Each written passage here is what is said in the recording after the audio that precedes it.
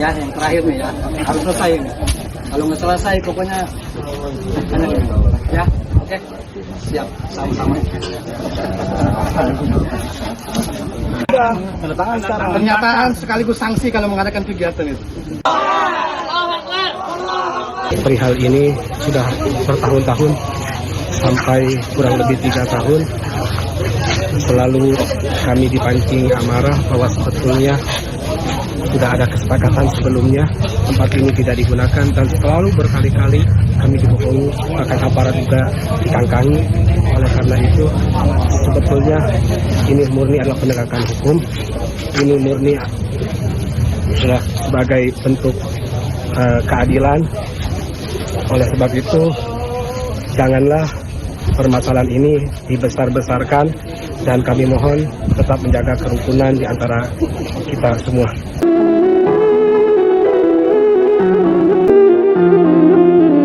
Jadi begini kawan-kawan, Ustadz Abdul Rasid ini salah satu seorang penutup gereja di saat Jumat Agung kemarin. Dan dikatakan sekarang dia sudah meninggal kawan-kawan. Jadi ini suatu pembelajaran untuk kita semua kawan-kawan. Apapun bentuk agamanya, apapun bentuk sukunya, tidak boleh kita lecehkan dan tidak boleh kita hina ya. Apalagi yang namanya menutup ruang ibadah, apapun agamanya itu, tidak boleh kawan-kawan. Ya, ini suatu pembelajaran untuk kita semua. Ya, ini jujur ya. Ini pegang ini. Setiap orang yang menghina Tuhan Yesus, ya, jarang-jarang dia hidupnya lama, ya. Bahkan 1 sampai seminggu dia sudah meninggal kawan-kawan. Coba cek, ya, di YouTube yang orang yang menghina Tuhan Yesus Kristus ataupun yang menutup gereja, jarang-jarang hidupnya panjang kawan-kawan. Jarang-jarang umurnya panjang. Dia cepat terpanggil dan meninggal dunia kawan-kawan. Ini suatu pembelajaran untuk kita semuanya. Garis bawahi, apapun bentuk agamanya, apapun bentuk sukunya, tidak boleh saling menghina. Ya, pakai akal sehatmu, pakai pikirannya. Juga menutup ibadah Jumat Agung di Tangerang. Abdul Rasid yang diduga menutup ibadah Jumat Agung di Tangerang dikabarkan meninggal dunia pada dini hari. Setelah mereka menutup ibadah Jumat Agung, Abdul Rasid tidak merasa bersalah. Kini pemakamannya sedang diadakan di kediamannya. Dan ini adalah ucapan bela. Abdul Rasid yang diduga menutup ibadah Jumat Agung di Tangerang dikabarkan meninggal dunia. Setelah mereka menutup ibadah Jumat Agung, Abdul Rasid tidak merasa bersalah dan pemakamannya sedang diadakan di tempat kediamannya. Ya, apa yang dia tabur sekarang dia tua ya kan teman-teman. Setelah menutup gereja, selanjutnya dia juga tutup usia, ya kan? Abdul Rasid yang diduga menutup ibadah Jumat Agung di Tangerang dikabarkan meninggal dunia. Setelah mereka menutup ibadah Jumat Agung, Abdul Rasid tidak merasa bersalah dan pemakamannya sedang diadakan di tempat kediamannya. Ya, apa yang dia tabur sekarang dia tua ya kan teman-teman. Setelah menutup gereja, selanjutnya dia juga tutup usia, ya kan? Masalah ini dibesar-besarkan, dan kami mohon tetap menjaga kerukunan. Agar tidak dibesar-besarkan, supaya terciptanya kerukunan. Yang membuat masalah siapa? Terus meminta supaya terciptanya kerukunan. Yang membuat masalah kan itu, rombongan-rombongan sorban putih itu. Orang ibadah ngapain diribut-ributin? Kenapa lebih risih sama orang yang beribadah dibandingkan dengan gedung-gedung diskotik sana? Diskotik sana dulu geruduk-geruduk, tempat-tempat maksiat itu.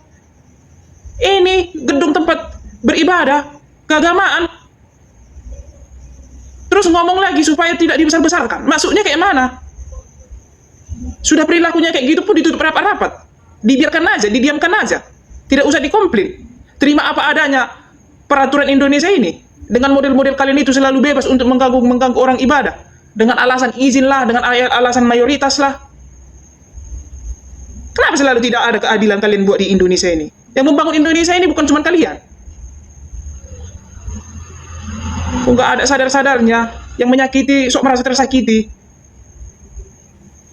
Di situ yang bikin masalah, di situ pula yang minta supaya terciptanya kerukunan, supaya tidak dibesar-besarkan. Dibesar-besarkan pun enggaknya kami ada perlindungan. Kalau ada perhatian khusus, nggak terjadi seperti ini terus tahun ke tahun. Asal kami melakukan acara besar, acara sakral, selalu diganggu, selalu diributi. Apa sih masalahnya sama kalian? Emangnya kalian ribut dari ruangan itu, diributi dari ruangan itu? Pakai toa sampai hitungan puluhan, sehingga suaranya menyebar kemana-mana. Memakai speaker sampai menghabiskan volume. Enggak kan? Acaranya juga kusuk. Tapi kenapa kalian tidak terkendali diri kalian selalu sibuk dengan setiap Kristen melakukan ibadahnya? Kayak ciri-ciri kalian itulah makanya maju Indonesia ini. Makanya maju kali Indonesia ini. 1967-68 ketika Anda jadi ketua HMI Makassar. Ya, 67. Anda memimpin pembakaran gereja, biara, vihara, dan rumah-rumah ibadah non-muslim. Ya. Kasih gambaran sedikit kepada penonton yang mungkin tidak mengikuti peristiwa ini. Jadi hari itu apa yang terjadi? Bakar gereja. Tapi tidak banyak gereja, bukan banyak. Kira-kira ada 11 gereja itu yang dibakar. Itu banyak itu 11. Iya, tapi tidak begitu bakar begitu. Dia bukan lempar batu atau macam-macam. Dirusak. Bukan dibakar. Dirusak. Bagi orang yang tidak percaya cerita Anda ini, bagaimana Anda bisa membuktikan? Bagaimana membuktikan lagi di 20 tahun yang lalu? Tapi dibuktikan saya tidak apa-apa. Setelah saya jelaskan, tanya gubernur. Yang salah bukan saya. Kenapa tidak terima besok itu hari? Kalau saya salah, saya ditangkap. Jadi pembuktiannya hari itu Anda tidak ditangkap? Tidak. Baik. Tidak. Jadi seharian saya diperiksa. Akhirnya rumah doa milik Yayasan Persekutuan Oikumene Umat Kristen atau POKNI Tesalonika yang sempat disegel pada 3 April lalu resmi dibuka. Segel rumah doa itu kembali dibuka setelah adanya mediasi yang melibatkan Kementerian Agama dan stakeholder setempat. Pernyataan ini disampaikan langsung staf khusus Kementerian Agama, Gugun Gumilar, melalui pernyataan persnya pada 6 April kemarin. Di situ Gugun berperan sebagai fasilitator dan mediator antara Pemkab Tangerang dan pihak Yayasan POK Tesalonika Tangerang. Dia itu turut hadir dalam mediasi demi memastikan musyawarah berjalan lancar dan adil. Sore ini saya turun langsung ke lokasi di Yayasan dan Rumah Doa POK Teluk Naga untuk hadir langsung di lapangan, lakukan mediasi, serta berkomunikasi dan menghubungi berbagai pihak terkait guna mencari solusi terbaik, kata Gugun. Upaya tersebut alhamdulillah terlaksana dan nyata kehadiran negara dalam merespons persoalan di tengah masyarakat. Lanjutnya, berbagai poin kesepakatan pun disampaikan. Pertama, pencabutan segel atau pembukaan segel Yayasan POK dan Rumah Doa Jemaah POK Teluk Naga sudah terlaksana. Kedua, pemerintah Kabupaten Tangerang bertugas mencari tanah menyelesaikan izin mendirikan bangunan atau IMB dan bangun gereja di lokasi Teluk Naga. Ketiga, penyerahan dan pemasangan plang kembali dan sudah terpasang sore ini. Keempat, poin-poin kesepakatan sudah ditandatangani dan apabila terjadi perubahan akan diperbaiki secara musyawarah mufakat. Terakhir, semua umat beragama mempunyai hak yang sama untuk beribadah di Kabupaten Tangerang. Gugun menyebut dibukanya kembali rumah doa ini itu merupakan bukti kehadiran negara dalam respons persoalan di tengah masyarakat. Gugun tekankan, Indonesia itu adalah negara berdasarkan Pancasila yang menjamin kebebasan beragama bagi seluruh warganya tanpa terkecuali. Dia juga mengingatkan kebebasan beribadah adalah hak dasar yang dilindungi konstitusi sehingga tindakan intoleransi tidak memiliki tempat di tanah air. Buat yang belum tahu nih sama kasusnya, jadi tanggal 3 April lalu rumah doa milik Yayasan POK Tesalonika ini digeruduk sama sekelompok massa intoleran setelah mereka selesai sholat Jumat.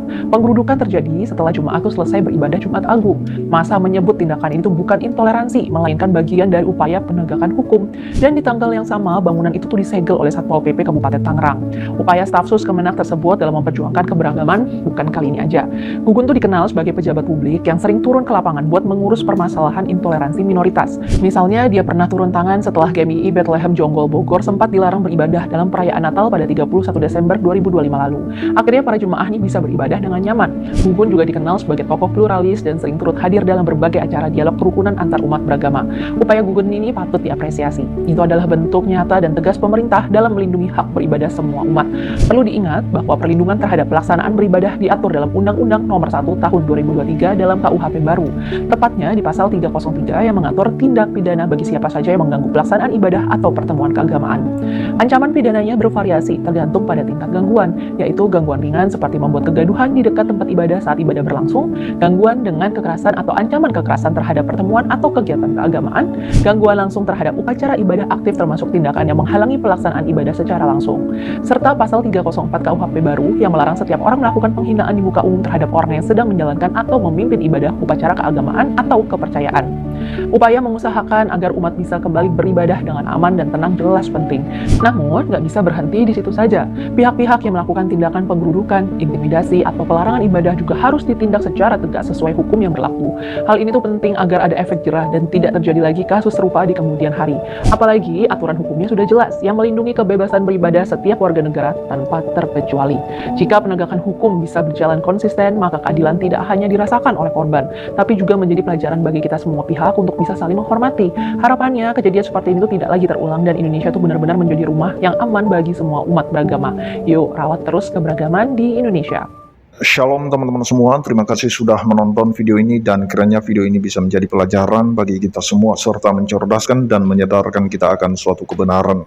Nah teman-teman, seperti apa yang kita saksikan dari beberapa cuplikan video yang barusan kita tonton teman-teman, dimana dari awal cuplikan itu ada informasi, ada berita dimana dikabarkan bahwa Abdul Rashid teman-teman itu meninggal teman-teman, meninggal dunia.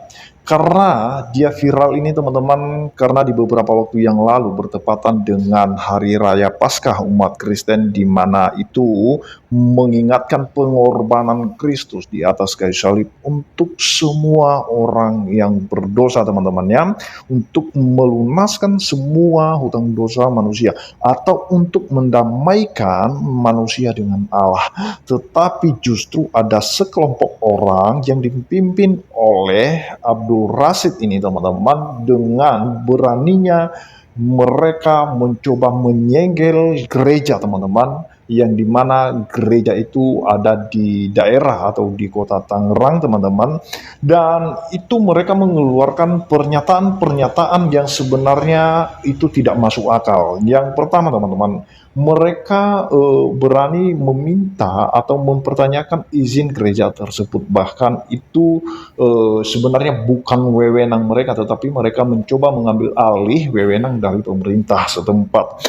Dan kedua teman-teman, dari pernyataan Abdul Rashid ini, dia menyampaikan bahwa jangan kami dipancing-pancing. Nah teman-teman, saya kurang tahu kenapa mereka begitu terpancing kalau ada ibadah umat Kristiani teman-teman.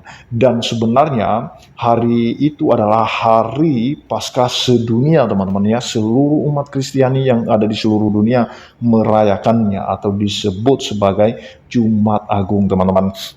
Nah teman-teman, yang mau saya sampaikan di sini bahwa ketika ada pembiaran kepada mereka, kita sebagai orang Kristen itu berdoa bagi mereka yang melakukan tindakan-tindakan intoleran, bahkan yang menganiaya kita sekalipun, kita diajarkan untuk mengasihi mereka. Berbeda dengan pernyataan dari cuplikan video tadi yang saya sampaikan, itu pernyataan Pak JK, di mana dia mengatakan bahwa orang Kristen itu berpikir bahwa kalau mereka membunuh orang lain yang berbeda keyakinan dengan mereka, itu mereka syahid. Tidak teman-teman, di dalam kekristenan tidak ada diajarkan untuk membunuh, apalagi untuk membenci. Jangankan membunuh, membenci saja tidak boleh teman-teman. Karena kata Yesus, kalau kamu membenci saudaramu di dalam hatimu, maka kamu sudah melakukan pembunuhan. Nah teman-teman, itulah sebenarnya kenapa orang Kristen itu begitu menjunjung tinggi kasih Kristus. Dan biarlah kita sebagai orang Kristen berdoa